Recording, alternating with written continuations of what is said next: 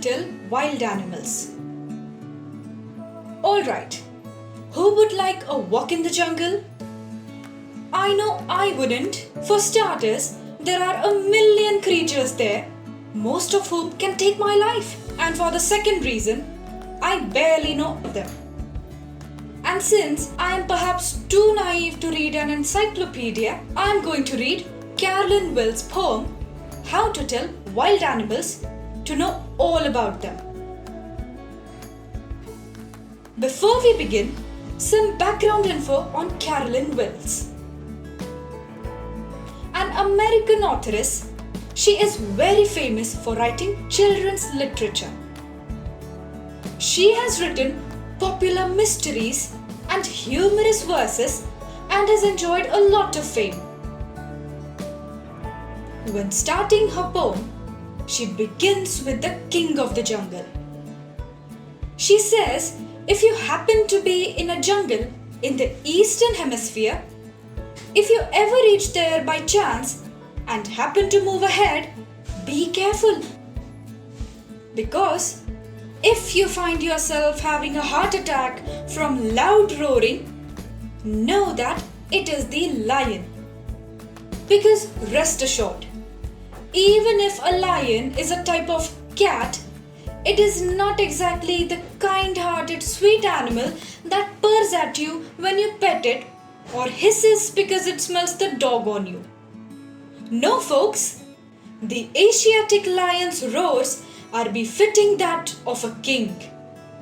You know the ones seen in rolling savannas with their large manes and ferocious claws, lounging as the lionesses hunt.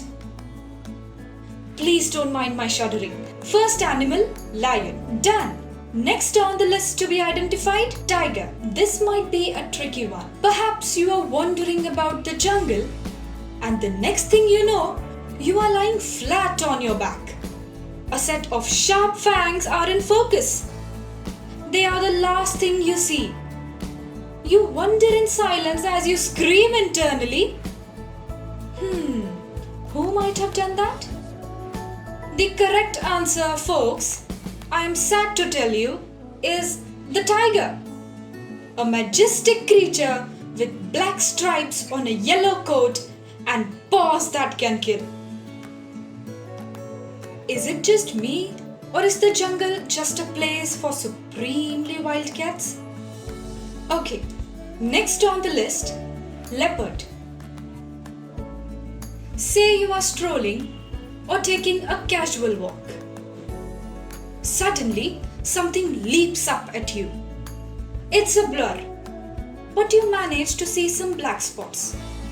Aha! Rest assured that it is a leopard.